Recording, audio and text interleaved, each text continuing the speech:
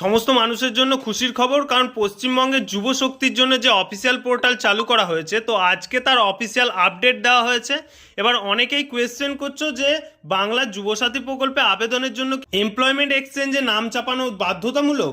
তো সকলকে জানিয়ে রাখি, যুব শক্তির যে অফিসিয়াল ওয়েবসাইটটা রয়েছে, এই ওয়েবসাইটে কিন্তু এখনো পর্যন্ত কোনো রকম কোনো কিছুরই আপডেট নেই। ওকে, এই যে টপিকটা, সেই টপিকটা তোমাদেরকে দেখিয়ে দিই। এই যে একটা ওয়েবসাইট কিছুদিন আগে লঞ্চ করা হয়েছিল, সেই লঞ্চ করা ওয়েবসাইটে কিন্তু তোমাদের এমপ্লয়মেন্ট এক্সচেঞ্জের রেজিস্ট্রেশন সার্টিফিকেট লাগবে বলা হয়েছে।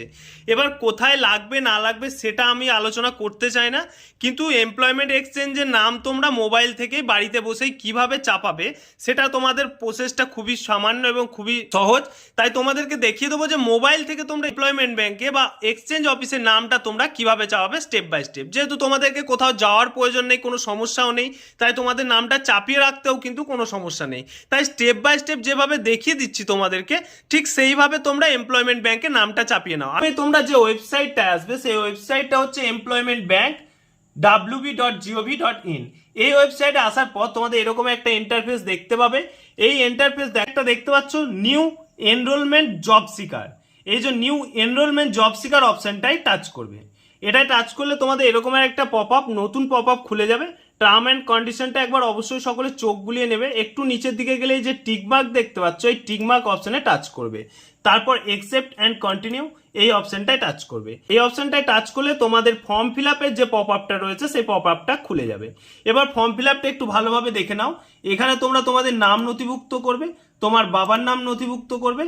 যদি কেউ ফিমেল ক্যান্ডিডেট হয় তাহলে তো অবশ্যই স্বামীর নাম এখানে উল্লেখ করে দেবে।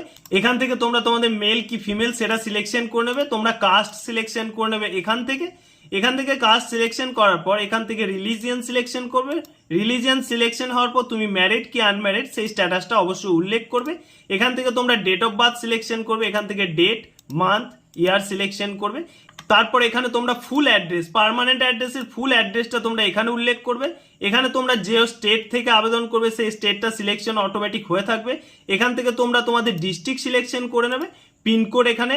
এরপর তোমরা এক্সচেঞ্জ অফিসটার নামটা তোমরা এখানে সিলেকশন করে নেবে। কোড সাবমিট করলে তোমার এক্সচেঞ্জ অফিসের নামটা এখানে চলে আসবে। ওকে, এরপর তোমরা তোমাদের মোবাইল নাম্বার, মেল আইডি এবং আধার নাম্বার ইনপুট করবে। প্রথম পোর্শনটা কাজ হয়ে যাওয়ার পর নিচের দিকে আসবে। এখানে তোমরা এডুকেশন কোয়ালিফিকেশনটা অবশ্যই দেবে। যে ক্যাটাগরি তোমরা পাস আউট হয়ে আছো সেই ক্যাটাগরি তোমরা এখান থেকে সিলেকশন করবে। যারা মাধ্যমিক পাস, যারা 8 পাস তারা 8 পাস সিলেকশন করবে। মাধ্যমিক পাসরা মাধ্যমিক পাস সিলেকশন করবে। কোন ইউনিভার্সিটি থেকে তুমি মাধ্যমিক পাস হয়েছো সেটা সিলেকশন করবে। সাবজেক্ট কি ছিল সেটা সিলেকশন করবে। এখানে ইয়ার অফ পাসিংটা দেবে এবং এখানে পার্সেন্টেজ দেবে। ওকে, এতদূর